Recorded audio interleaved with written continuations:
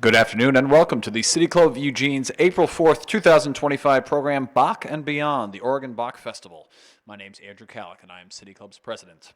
We're coming to you from our home at the historic Wow Hall in the heart of downtown Eugene, and it's my pleasure to extend a warm welcome to our speaker and to all of you joining us here in person, online, and over the radio. Since 1990, City Club has been dedicated to our founding mission to build community vision through open inquiry. In accordance with our mission and purpose, we hope to help connect people throughout our community and across generations, identities, experiences, and perspectives. You are invited this week and every week to join us in this effort, to share your wisdom, to learn something new, and to take active steps to make a difference in this city and region that we love. We cannot do this work alone, so a special thank you to our Platinum, Community, and Diamond sponsors. Kaiser Permanente, which exists to provide high-quality, affordable healthcare services and to improve the health of our members and the communities we serve. More information at www.kp.org. The University of Oregon has helped Oregonians question critically, think logically, reason effectively, communicate clearly, act creatively, and live ethically since 1876. Get more information at uoregon.edu. Lane Community College transforms lives through learning. LCC provides comprehensive, accessible, high-quality educational opportunities that promote student success. For more information, visit lanecc.edu. And thank you to the City of Eugene and to Lane County for their support as well. I'll now hand the microphone to Alyssa Gilbert, City Club board member and the coordinator of today's program. Alyssa.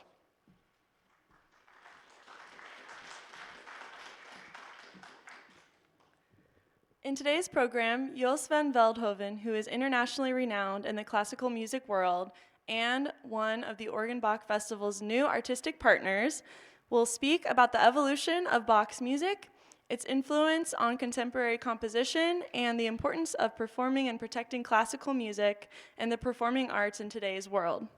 It's an extra special treat as he is not typically in town until the Bach Festival takes place in the summertime. So without further ado, welcome up.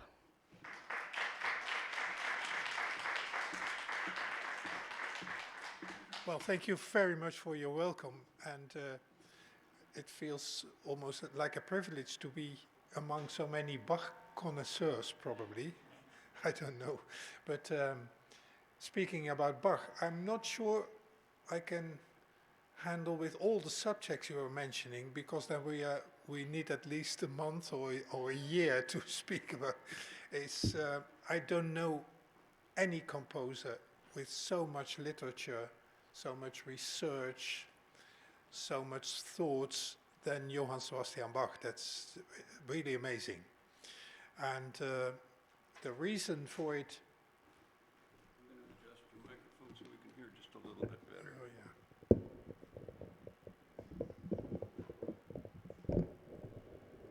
Oh, that's helpful. We just need to get you closer. Yes. The reason is better, I guess. The reason for it is simple. Bach doesn't explain anything himself. He wrote down these divine notes we all know of his works, but Bach never explained something. That sounds strange coming from my mouth, but you know, if you compare, for example, Bach with contemporaries like Telemann, who wrote books about music, or Handel, he wrote letters to his friends and his text writers, and so you can, if you study these written notes about a composer and his works, then gradually you can be informed about how to perform them. But Bach never writes something about his music, almost never. He doesn't write prefaces to his works. He only writes down these black dots we call notes. They give us the pitch and the length of the note. And under these notes, in a lot of cases, is text, not Bach's words, but from a poet, from his environment, or in the case of a chorale, not even the chorale text, but the first word of the chorale in his manuscript, because everybody knew the chorales. They were, most of them, written in the 16th century. So can you imagine if you go to the Matthew Passion, for example, and you hear the chorale, O Lamm Gottes unschuldig, in the first chorus of the Matthew Passion, then everybody in church, in Bach's church, about for about 2,000 people sitting. Everybody in church knew this by heart and knew the text by heart, because the chorale was sung in liturgy already for 200 years. So in that case, Bach very often in his manuscript, he only gives the first two words and the rest is known. So very little information. That's probably one of the reasons there has been so much research on Bach's work. And there's another reason. In our time, so now it's 2025, among the world, all countries, Bach is regarded as the best composer ever. The New York Times some years ago did some research from Alaska to Japan and from Canada to South America and in Europe. And they asked all the classical music lovers, what is the best composer ever? And a list comes out, and on number first of the first place on the list is for Johann Sebastian Bach.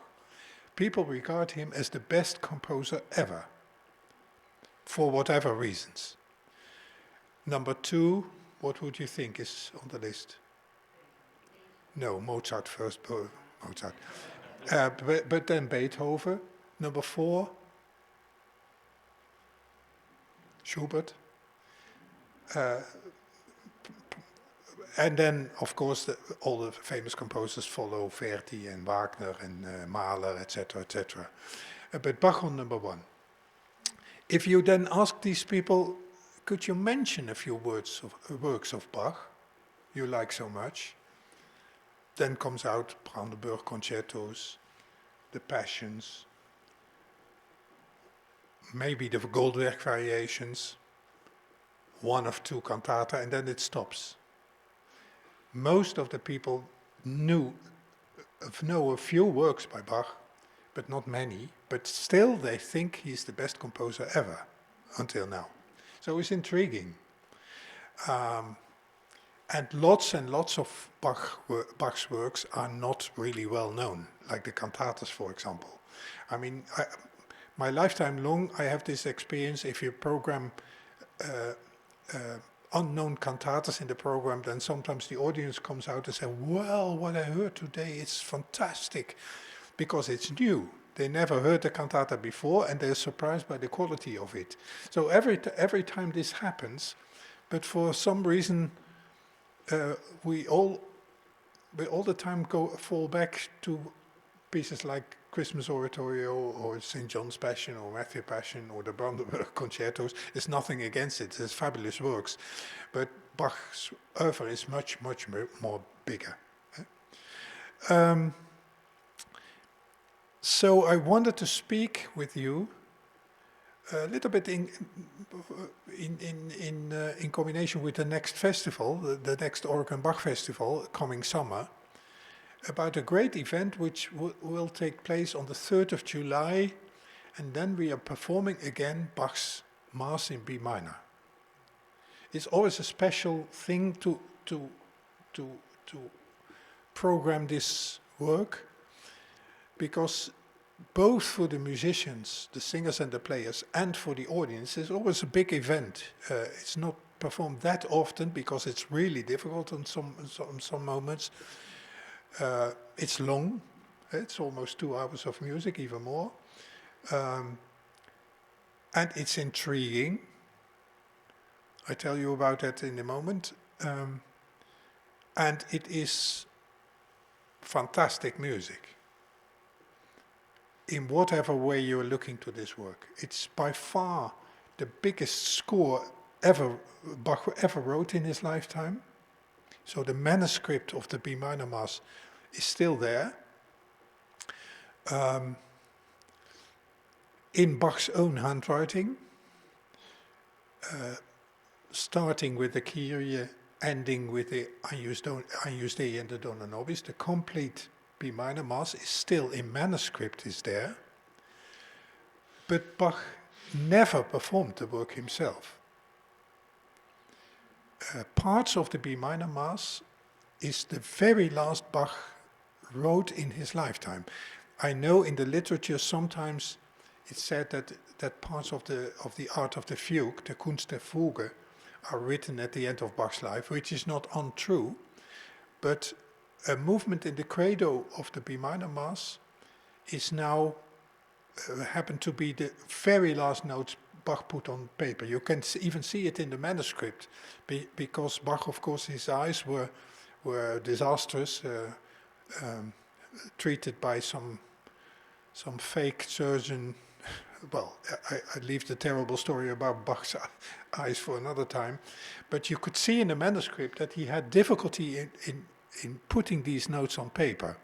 It's full of, well, you couldn't call them mistakes, but unclear moments and fat ink and sort messy notation, while Bach in his youth had a very firm and clear handwriting. This manuscript score is now in the famous Berlin library, where they keep a lot of Bach's manuscripts, and of course these manuscripts are priceless issues. Not long ago on an auction, there was one leaflet auctioned of the third oboe part of some cantata, not even complete. So one leaflet, and it says oboe 3 with some notes on it, and it was auctioned for $200,000. So can you imagine if you have the manuscript of the Matthew Passion, or you can't even think of such a thing being auctioned. So they are kept very carefully now. It's interesting to know that all the manuscripts of Bach, they suffer a little bit of this, I don't know if you heard of it, of this disease of the disappearing of the notes, because there is an ingredient in the ink of Bach's time, of the gall wasp, I think you call it in English, and it eats a little bit through the paper, and if you don't stop this process, then the black notes will be visible at the backside of the paper even. But at the backside of the paper, Bach also wrote music, so that becomes a very messy result, of course, if you let that process doing its job. So what they decided something like 20, 30 years ago is a massive restore project supported by a lot of parties and thousands of pages of Bach's handwriting and manuscripts and cantata manuscripts. Don't ask me the details because I understand it hardly myself, but they took a page of paper and then cut it in two so that you have two halves of it, and then glued Japanese rice paper in between, and then glued again the paper, and then the process is stopped. The ink can't destroy anymore the notes which are left. And so now all the manuscripts are saved for future. But of course that was an enormous project. And also the B minor Mass is saved. Well, now this B minor Mass, it's in a way a mystery. It's by far the biggest manuscript, the longest composition. And nobody knows exactly why Bach was writing it. Because in his younger years, he wrote masses, but only consisting a Kyrie and a Gloria. Those were the two movements who were part of the Lutheran service. But the Lutheran service doesn't know an Agnus Dei or doesn't know a credo fully composed. Sometimes a separate Sanctus it had in the Lutheran service, but not an Agnus Dei. And what was the reason for Bach to write a complete Mass with a length of almost 2 hours of music? You couldn't use it in Lutheran liturgy, and also it it looks a little bit like a Catholic Mass by composing all the movements of it. But in the first place, you have to realize that the word Catholic is a kind of hybrid word. So et unam sanctam catholicam ecclesiam, that is a line from the Credo. But then catholicam means the general pre-Reformation Catholic Church, so as it was in the Middle Ages and in the early Renaissance and in the Renaissance. And before the Reformation, before the Protestant and the Catholic churches split, you had, of course, everybody had the complete Mass, the Missa Tota, as it is called in Bach's time. And maybe Bach, at the end of his life, had the idea, well, that is something special I could do, to write a sort of pre-Reformation complete Mass, but for whatever service. It's not usable in the Catholic Church because it's far too long, and it's not usable in the Lutheran Church. So it has a certain distance to the actual religious practice. And it's for now, it's only puzzling, why is Bach writing this? And I only can give you my personal idea of it. And some musicologists do agree, but there are other theories. There's even a theory that it's composed for the St. Cecilia Club in Vienna, which is, I think, completely nonsense. I mean, why would Bach write a piece for the Cecilia Society in Vienna? But some, well, strange ideas there as well. But I think what happened to Bach in his late years is as follows. You should imagine Bach, the genial Bach, having different phases in his lifetime. So when he was young, there was a time he wrote an enormous amount of organ works. Then there came a time, especially the time he was in Köthen, working for the Kurfürst von Köthen, Prince Leopold. At that time, he wrote a lot of chamber music, Brandberg concertos, for example, a lot of concertos for instruments, not so much vocal music. Then he applied for Leipzig, the most famous period in his lifetime. He worked for the church, and that was the time he composed an enormous amount of cantatas, the Passions, the Magnificat, the Christmas Oratorio.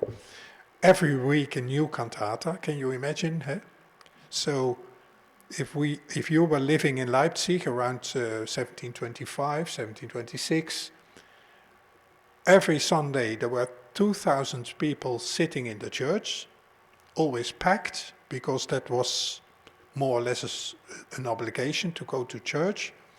And then every week you heard a world premiere of a Bach cantata. Can you imagine? Every week a world premiere of a Bach cantata. That has been for 2 or 3 years the case. In 2 or 3 years time, Bach wrote an incredible amount of cantatas. And then this workload diminished a little bit, and then in the early 30s, he's doing some bigger projects like the Christmas Oratorium, like the Matthew Passion in his final shape. He is not composing that more cantatas anymore, and now we are around 1735. And we know now Bach is still living another 15 years. He dies in 1750. So between 35 and 1750, Bach is taking what I call projects. I'm now writing a collection about fugues, the art of the fugue. I'm now writing a collection of organ works based on the main principal chorales. The Klavierübung, it's called. It's the big chorale setting for organ. I'm now writing a collection of music about the art of variating, Goldberg variaties. So it's projects where Bach showed his skills on a very specific issue. And I think at the end of his life, Bach must have thought, let me also make a collection of vocal music, because that is actually my first quality, writing for chorus and orchestra and soloists. But if you take such a decision, you need text, and it's not very practical to take like an opera libretto, because in the libretto you already have a fair definition what is solo, what is chorus, what is tutti, what is. But if you take the old-fashioned Latin mass text, you are free as a bird as a composer. Nobody says to you, you have to divide the Gloria text in 3 movements. You can also make 7 movements out of it. It's a kind of abstract. It's Latin, and you can decide where you put your soli, where you put your choruses, etc., etc. So it was the ideal so-called vehicle for Bach to put in all his skills on the point of vocal compositions, vocal instrumental compositions. And that is actually what you see in the score of the B minor Mass. Name it, and it's in the B minor Mass. Old-fashioned music in the Renaissance style, like the second Kyrie, like the Dona Nobis Pacem. Concerti in the new Italian style, like the Laudamus Te for the mezzo-soprano and the solo violin. Solos for all the instruments in the orchestra, flute, oboe, horn, trumpets, violin. Solos for all the voice types, duettos, choruses, double choir, all these different elements, concerti grossi even in the final movements of Gloria and Credo. So all these, an enormous diversity of shapes and settings is in the B minor Mass. So it's a catalogue almost of everything Bach is able to write on this, in this style. So that might be his thought in putting together in a manuscript all this music. But then maybe he put his last note on paper in the beginning of 1750 or the end of 1749. Then he died, and there is a manuscript which Bach never performed himself. So there is no performance history of the B minor Mass. And there is no explanation of Bach whatsoever. There is no metronome marks, there is no tempo indications, hardly. There is no, if you see the title page of the B minor Mass, it says it's for soprano, alto, tenor, bass, 2 violins, 1 viola. It doesn't say orchestra, it doesn't say choir. He just mentions the name of the instruments and the voices, and it's completely open. What does he mean? Does he mean a chorus? In the whole manuscript of the B minor Mass, there's no single place where the word chorus is used. No single place. Well, now I'm going to exaggerate a little bit, but suppose you have a score of 12 parts, instrumental parts, and there's one line with text. Then what would it be? Of course, solo and orchestra. Then you have 2 lines with text.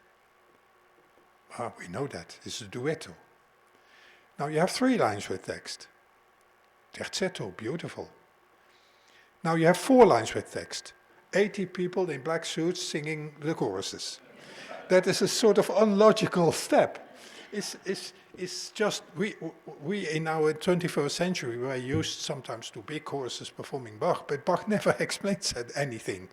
So that is really an issue in the performance practice, how to perform Bach. But you know, as said, Bach died, and well, what is happening then? Well, I quote Coco Chanel, the fashion lady, and Coco Chanel says, fashion is what tomorrow is out of fashion. And that happened to Bach. So he dies, and the next Sunday his music was on the attic, and they hired a second-rate composer to make a new cantata, which is we never hear it because it's second-rate music, and the Holy Bach is on the attic. They didn't perform Bach anymore, also not a B minor mass. So it took something like almost 100 years after Bach dead before the first performances of the B minor mass in the 19th century were realized. And then in the 19th century they say, we do perform the B minor mass on 2 nights because it's too difficult for the musicians to do it on 1 night. James, so we need two times Bale Hall. Hey? We do. It's just to say, of course, they were looking to the B minor mass as a sort of summum in this Baroque style, which was really a sort of inaccessible, difficult music, regarded difficult music. And gradually in the 20th century, this became on the repertoire of excellent ensembles to do so. But as said, Bach, it's a mystery why Bach is writing. It's his opus ultimum, it's almost his best opus, but for what reason? It's unclear. It's unclear. And there's also no performance material. So if you compare the B minor mass with the Matthew Passion, all the parts of the Matthew Passion are left. You can see the original parts of the singer, the original parts of the players. You can learn a lot of it. But there are no original parts of the B minor mass because it's never performed. So that is what I call there is no performance history of it. So if we are going to perform this on the 3rd of July in the festival here, we have to work out our own performance practice of Bach's B minor mass. And of course we'll do our best, and with the ideas of our time, which is basically that you should perform even the big B minor mass with the biggest orchestra Bach used in his time. All the instruments are there, trumpet, horn, flutes, oboes, strings, continuo, all the voices. But still, in a way, it's chamber music. It's many, many parts, but they, on stage, they perform like chamber music.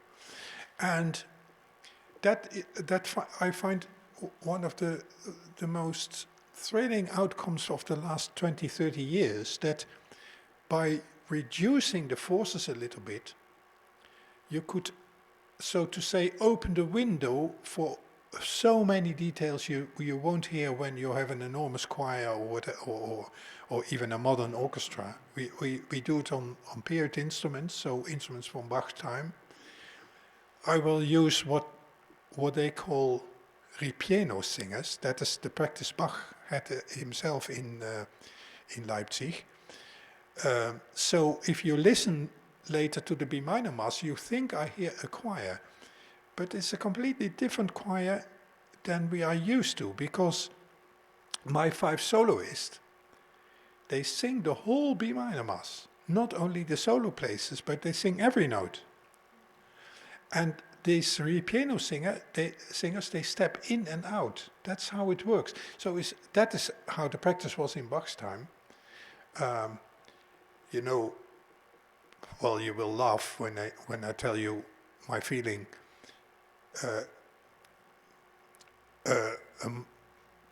A performance practice somewhere in the world of the Matthew Passion, and they want to do a good job.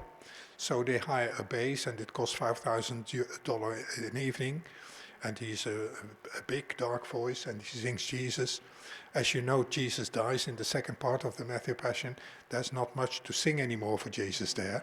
So he sits on a chair for half an hour, and then after half an hour he stands up, and he sings, Du sagst, and then he sits down for another half hour. So these 5 notes, they cost, well, you can calculate how much it is. Bach, like you do now, Bach would have laughed about this. This is completely, if you see the original part of the bass singing in the Matthew Passion, you see that he has to sing also all the chorales and the choruses and his arias and Jesus. He just reads the notes written down. But but I guess it's the influence coming from opera in the 19th century that we want to see a Jesus and we want to see an evangelist. But in Bach's time, there was another aesthetics. They were listening through the singer to the text, but the singer could be both singing in the ensemble and be Jesus.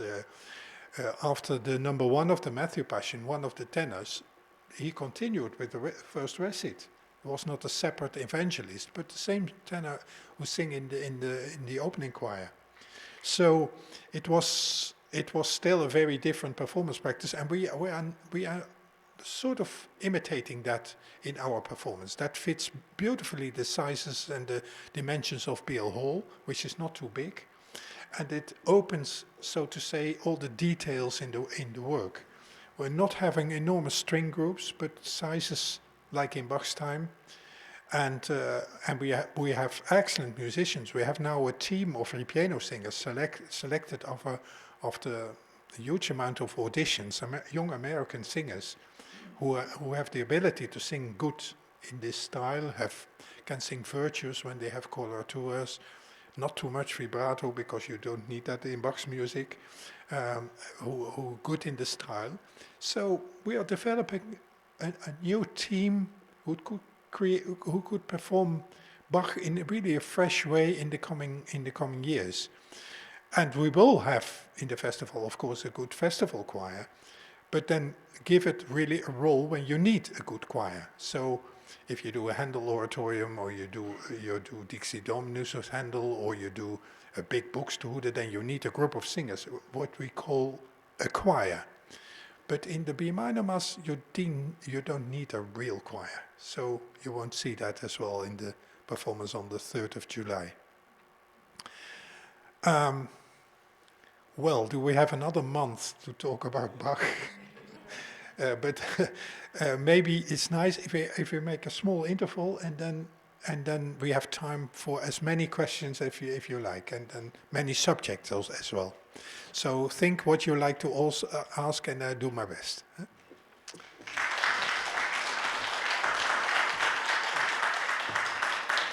Thank you so much. We will begin question and answer in just a moment, but first a special thank you to our award-winning public radio station, KLCC FM 89.7, for airing City Club programs Monday nights at 7 p.m. For those listening at home or in the car right now, your household is one of several thousand tuning into City Club on KLCC, and we love that you're here. You can also find all recent City Club programs archived on KLCC, as well as on our YouTube channel and as podcasts. Also, today a special shout out to our gold sponsors, the Network Charter School, Hudson Dental, Lewis Cobb, and the Lane Transit District. And to our in-kind sponsors, KRVM 91.9 Radio, Dotson's Photography, and Kid Sports. We'll take a brief break before returning for questions. Thank you.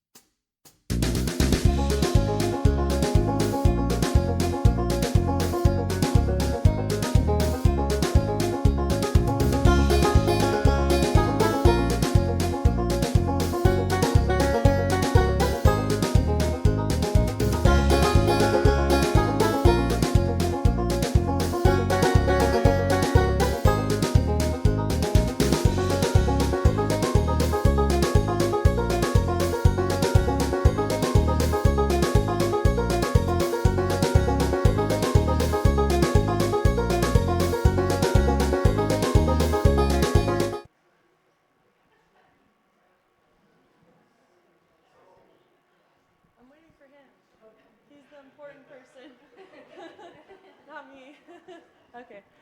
All right, welcome back, everyone. We're going to begin our Q&A now with Jos van Veldhoven. Hi, Yos.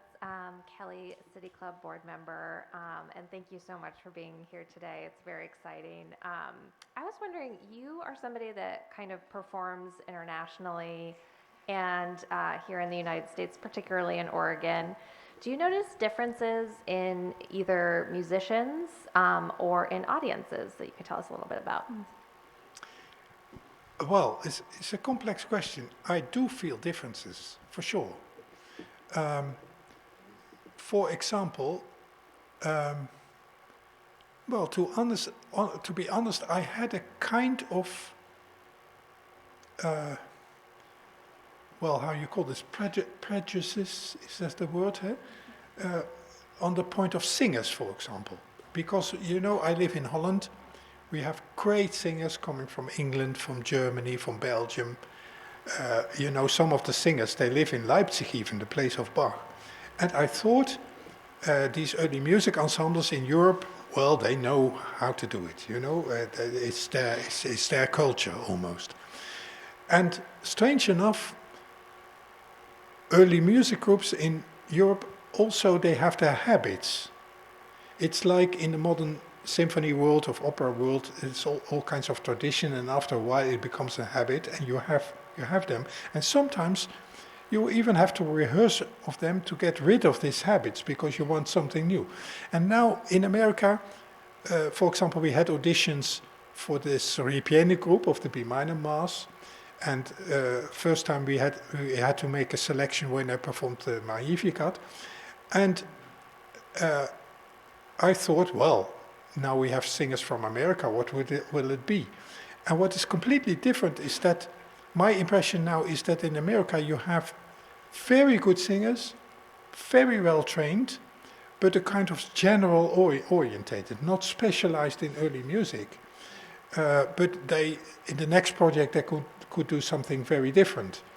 And so I thought, what would it be? And it's a blessing to rehearse with them because they don't have habits. And you could really start and they can deliver because they are technically well equipped. And I like that very much. It's a blessing in a way. Of course, but that's the same as in Europe. You also have the type of singers, you know, with operatic vibrati, etc., etc. But well, what should they do with Bach? I mean, so that is more or less the same. Eh? And also a big difference, but that's working in the other way around. I feel a kind of privileged by living in Holland in my case, but it's the same in Belgium or in Germany. You know, in every town we have at least 3 or 4 churches dating from the 14th century, from the 15th century, from the 18th century. And they have such a great atmosphere, sometimes fantastic acoustic. And if you perform, for example, St. John's Passion in such a church, that is fantastic. And that is different in America. I mean, really, some churches are not very characterful buildings, and that is something I do miss, certainly when you talk about cantatas, of passions, of sacred repertoire. That is really feeling different here than in Europe. And that's also on the point of organs, for example. We could record in this project, All of Bach, we could record all the organ works on historical organs, dating from the 17th or 18th century, from Bach's time. And that is, of course, in America it's not possible because your Independence Day is 1776. So Bach was already, for 16, he died already 26 years for your declaration. So that is simply not possible. But in Europe, that is really different. Yeah. Next question. Bernie Bob, City Club member. Maestro, you talked about the magnificent time in 1725, 1726, when Bach was composing a new cantata every week and performing it for the Leipzig congregation. We recognize these as masterpieces today. What was the reaction of the Leipzig congregation to that wondrous new music?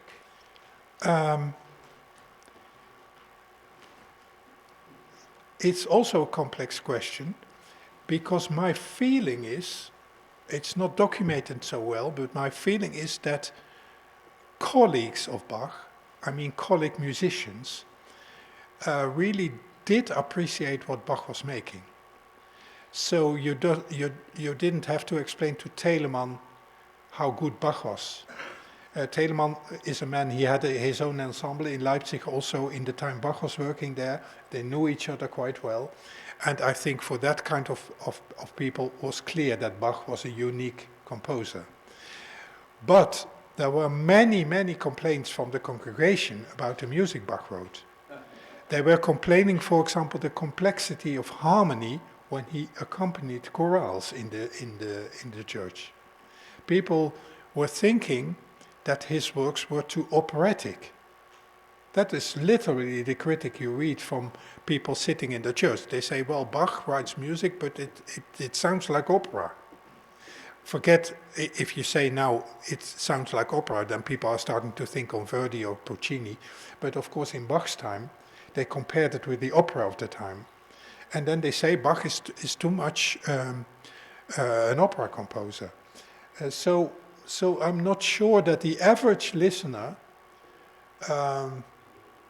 had a good idea what actually the unique quality of their composer was, Bach. But on the other hand, that's being said, it's of course true if you read, for example, the sermons in Bach's church. They are printed sometimes, so you can read what was said in the sermon. Then you can easily see that the language in the cantatas or in the Passions, for example, was going right into the same kind of language which was used in the sermon. So that was one thing together. So I think that also people in the church could have appreciated what Bach did because he added music to this language which was common in the sermon, and that must also for listeners in Leipzig have a special feeling. But I think it's the general idea is not that they were queuing after each service for Bach to cheer him as a great composer. I have not that impression at all.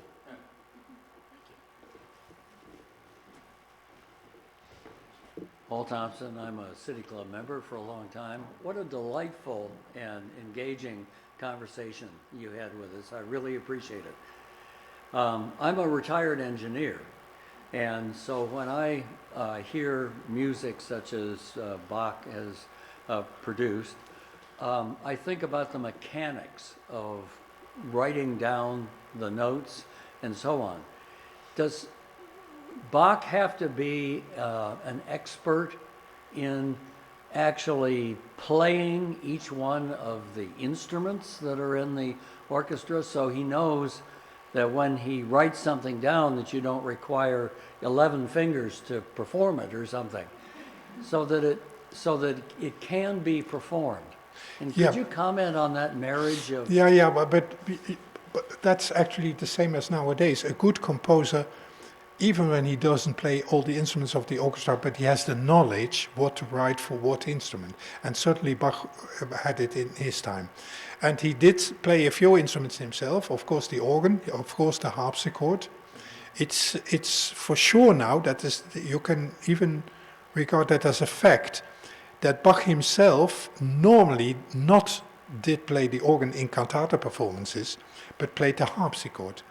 They had a regular organist whose duty it was to play the organ as a continuo. You have to realize that these little box organs, I'm afraid to say we also use them in the Organ Bach Festival, but I guess when Bach entered our concert hall and sees such a small box organ, he probably started laughing, because what is a box organ? If I'm unfriendly, I always call them myself the homeless under the instruments, because after the concert they go in a car to the next venue. They don't have a home. But a church organ is built for the church, is intonated on the church, and that was the instrument Bach was using in his music. But Bach himself always played the cembalo, and he played violin, is known, he played viola, so he had some experience with instruments, but of course he knew perfectly well how to write for all these instruments. Perfectly well. Come on up. Mark Horney, City Club member. I was wondering if it was, you mentioned playing the Bach on period instruments, and I'm always concerned, I just don't understand how the period instruments are different than modern instruments in how it affects the performance of the music. And I'm wondering if the festival could have some sort of parallel concert where you play them both at the same time or in Well, sequence, so not that you could Yeah, compare and contrast. it's a in that nice way. experience, but not with me, because for me the choice is clear. I love to use period instruments for Bach, and those are other instruments than for Beethoven or for Mendelssohn or for Brahms. So the 19th century is an issue on itself. Actually, it should be really worthwhile to do more research for the 19th century performance practice, how to play a Brahms symphony, because what you see now, living in 2025, is a rat race on the point of volume. Orchestras are so loud nowadays, and the pitch is so high. And if you realize that Bach's pitch is a half tone down the modern piano pitch, which makes it for the voices so much more easy to sing, and to sing with expression. If you realize that by using gut strings on the violins and on the cello and the viola, that you have it's not so much softer, it's a milder sound, which mixes beautiful with the other instruments. And that is how Bach is using these other instruments. So if you have a modern orchestra, and there's some writing for violins and a flute, and they play the same part, what you hear is violins and a flute. If you play the same music on period instruments, and the violins and the flutes play the same melody, then you hear a new instrument, because they mix so fantastically and they blend in each other's sound. And you simply can get this effect with modern instruments. If you have an oboe in a symphony orchestra, a modern one, you hear an oboe. Bach knows very well how to write when the oboe has a solo, but if the oboes double the first violin part, I give you an example, the beautiful alto aria Bereite dich Zion from the Weihnachtsoratorium, from the Christmas oratorio. There is a violin group playing, and there's an oboe playing. And what you hear is this beautiful mix of these two sounds. And there's a new instrument sounding. And you simply can't make these effects with modern instruments. Take the three trumpets in the B minor Mass. If you have three modern trumpets who have to play that high, because it's incredible high, virtuous writing for the trumpets, they blow you away in Bell Hall. It's simply, the balance is completely out of what it should be. So this is only the beginning, but I can talk another hour about differences between modern instruments and early. And yeah, well, you can listen yourself by going to a modern performance. And I'm not saying they are bad, these performances, but you will hear different things than when you hear the same music performed on period instruments. Thank you.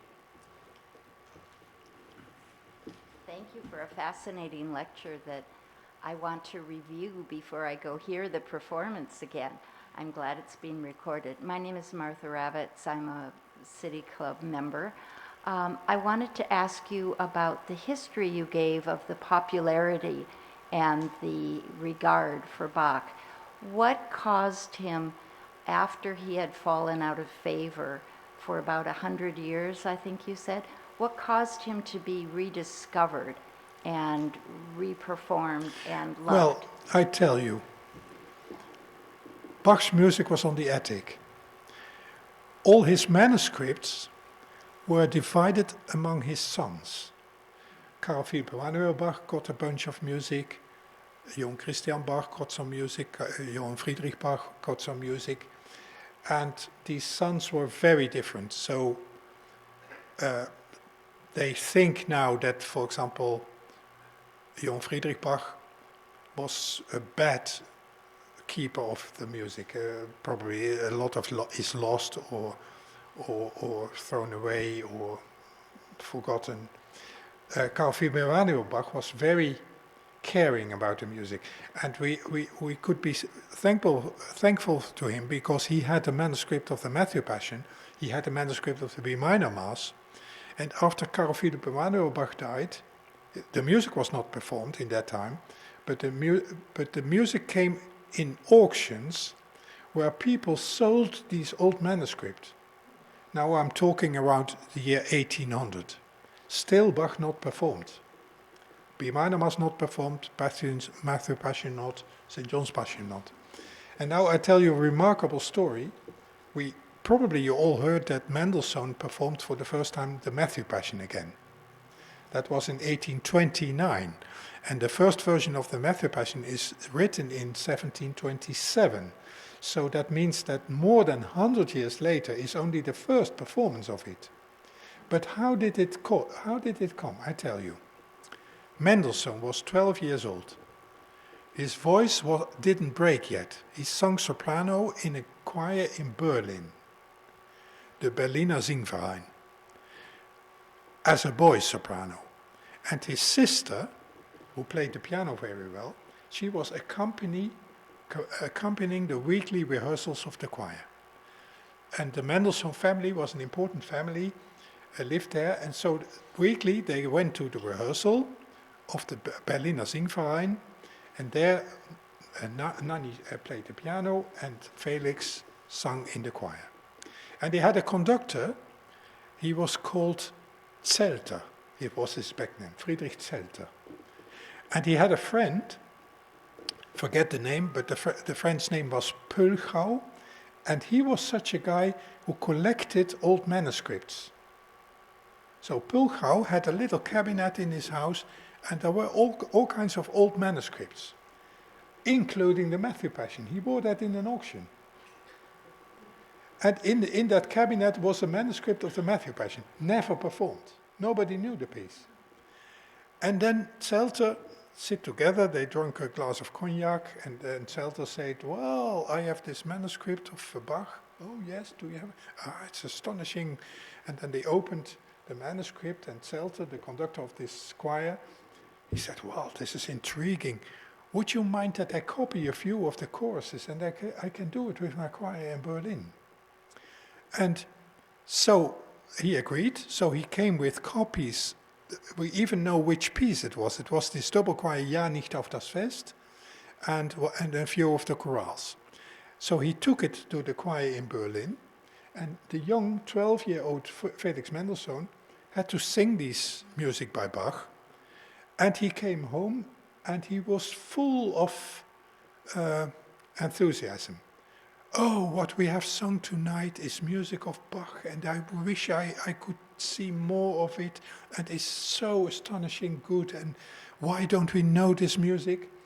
And then his grandmother, she heard him talk about that music, and she thought, well, I have a plan. And the grandmother went to this Pölchau man, probably for money, but it's not documented. He agreed that she could make a full copy of the Matthew Passion, so there was a copyist completely copying the manuscript, and Felix Mendelssohn Bartholdy got this under the Christmas tree as a present of his grandmother. And then in the years afterward, he opened this copy, and with friends they tried to sing the recit, but they didn't know exactly how they should do it. And there's strange instrument in it, like viola da gamba or oboe d'amore, and what shall we do with it? And that led to, in 1829, to the first performance of the Matthew Passion. So it's only the story of the Matthew Passion, but then, of course, B minor Mass is longer, later. It's around 1850 that the first performances were, and on 2 nights, as I said before, because it was regarded to be too difficult and too exhausting for the musicians to do it on 1 night. But then in 1850, they started what is called in German the alte Bach-Ausgabe, so the old edition of Bach works, the complete works, printed. The musicologists of the time, every half year they had a new volume coming out, and lots of important composers like Johannes Brahms, they almost waited at the post box for the new volume of Bach works, because for the first time you could see what he wrote. And then all the cantatas were printed, and the Brandenburg concertos, and the violin concertos, or whatever, and the organ music. And then after 1850, gradually everywhere in Europe, also in America, I heard yesterday that in the year that University of Oregon was founded, in the same year was in America the first performance of the Bach Magnificat. So that's 1876, I guess, 1876. So then it goes fast. When the moment the music is printed, then it opens for the world.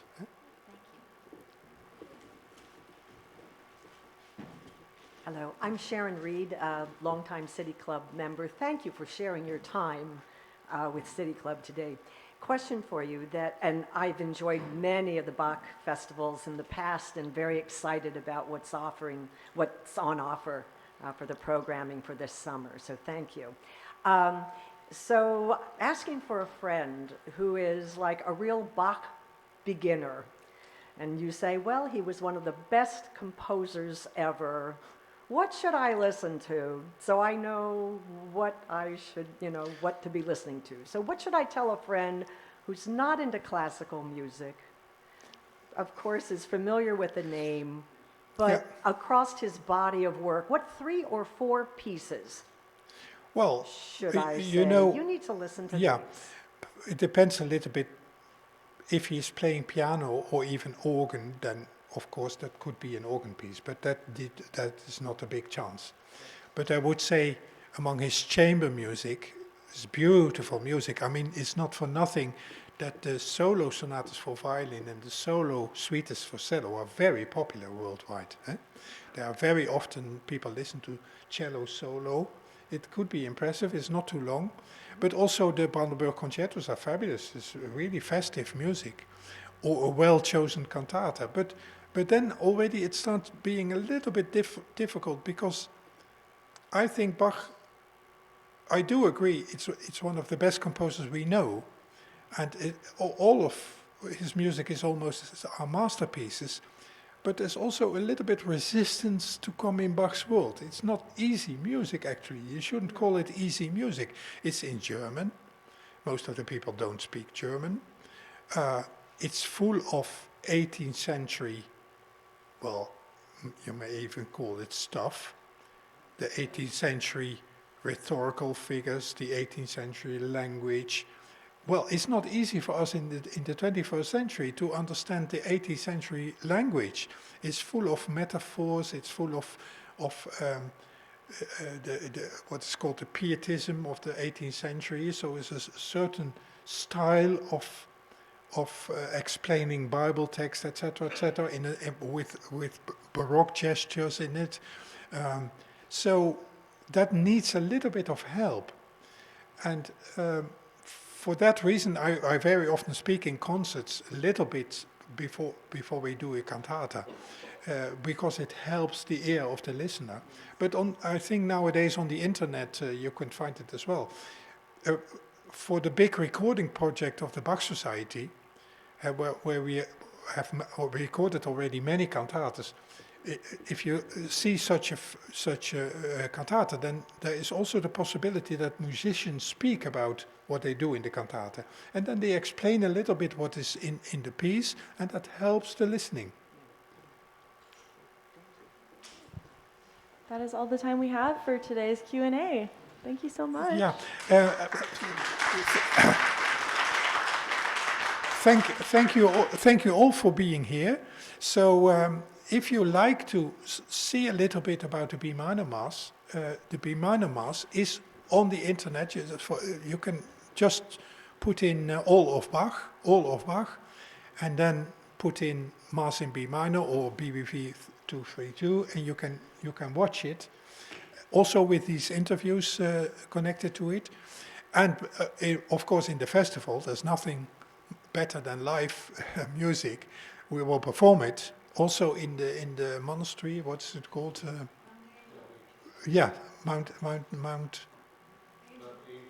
Mount Angel Abbey. We have a performance as well. In Portland, even we do a performance in summer.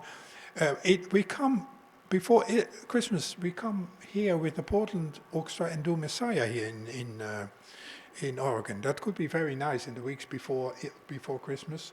So thank you all for being here. You were a great audience, and see you later.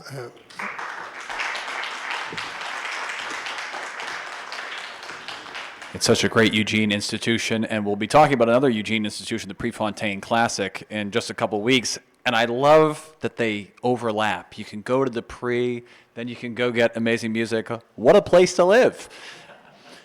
Next week, we will return for a forum on cancer research and prevention efforts here in Eugene. We'll have folks from the Oregon Cancer Foundation and UO to talk to us about that very important issue. And last but not least today, happy birthday to my spouse, Jenna Adams Calick. Many of you know Jenna, and I am very grateful as her husband for everything she does for our family and our community. Enjoy the sun. See you next week.